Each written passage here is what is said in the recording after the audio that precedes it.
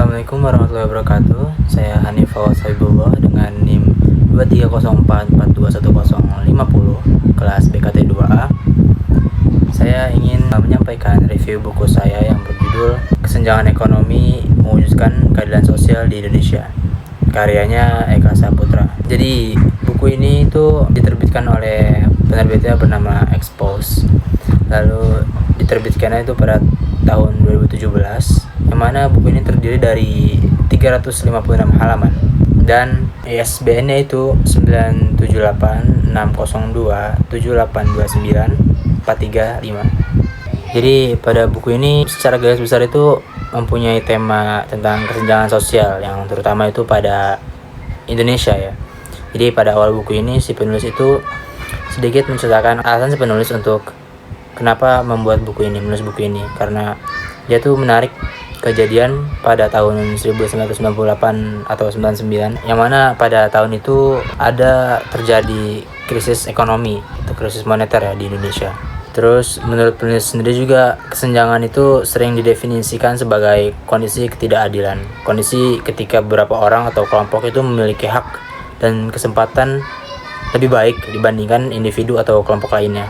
Biasanya kondisi ini itu terjadi dalam sebuah perbandingan antara dua titik ekstrim, kaya dan miskin, mampu atau tidak mampu, serta punya kesempatan dan tidak memiliki kesempatan. Nah, kesenjangan adalah sebuah perbandingan jarak antara kedua titik ekstrim tersebut. Nah, pada awal buku ini, penulis itu membahas teori-teori yang berkaitan dengan kesenjangan. Di dalamnya itu dibahas tentang apa itu kesenjangan, berbagai jenis kesenjangan, dan bahasan mengenai mengapa kesenjangan itu tidak baik bagi pertumbuhan ekonomi dan pembangunan sosial. Nah, pada bab awal ini kesenjangan itu mempunyai banyak pendapat ya dari berbagai orang yang berpendapat gitu, orang pada ahli. Tapi para ekonom biasanya lebih tertarik pada 3 tipe kesenjangan, yaitu kesenjangan gaji, kesenjangan pendapatan, dan kesenjangan kekayaan. Hal ini tuh karena ketiga tipe kesenjangan tersebut lebih mudah diukur, berbeda dengan kesenjangan ras atau gender ya. Sedangkan dalam terminologi lain, kesenjangan ekonomi itu dapat dilihat dari berbagai perspektif. Masing-masing perspektif itu memberikan wawasan mengenai sifat dasar, penyebab, dan konsekuensinya terhadap kesenjangan ekonomi yang berbeda-beda. Nah, lalu di bab selanjutnya itu si penulis itu memberikan gambaran tentang berbagai faktor yang menyebabkan kesenjangan itu melebar, terutama dari perspektif pertumbuhan ekonomi, struktur ekonomi, dan keadilan ekonomi.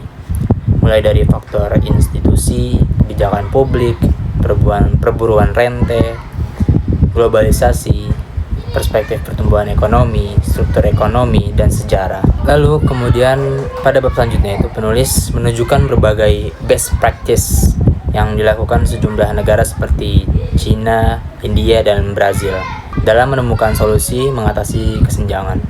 Lalu pada bagian selanjutnya itu buku ini menggambarkan tentang bagaimana sejarah kesenjangan itu terjadi di Indonesia. Nah, sejarah ini terbagi menjadi beberapa periode ya. Yang mana yang pertama itu periode prakolonial. Pada periode ini itu membahas tentang penguasaan pelabuhan, perdagangan barang mewah antar pulau, armada laut Nusantara yang merupakan salah satu armada terbaik di dunia pada saat itu. Lalu masuknya pengaruh Islam, menurunnya pengaruh Majapahit hingga menceritakan tentang kerajaan Aceh. Lalu kemudian periode selanjutnya itu periode kolonialisme Belanda, yang mana menceritakan tentang supremasi Belanda di Nusantara yang digantikan oleh Inggris nantinya. Lalu periode selanjutnya itu periode sistem tanam paksa, kemudian periode politik etis, penjajahan Jepang, awal kemerdekaan dan Orde Lama, Orde Baru, dan yang terakhir itu periode era reformasi, otonomi daerah.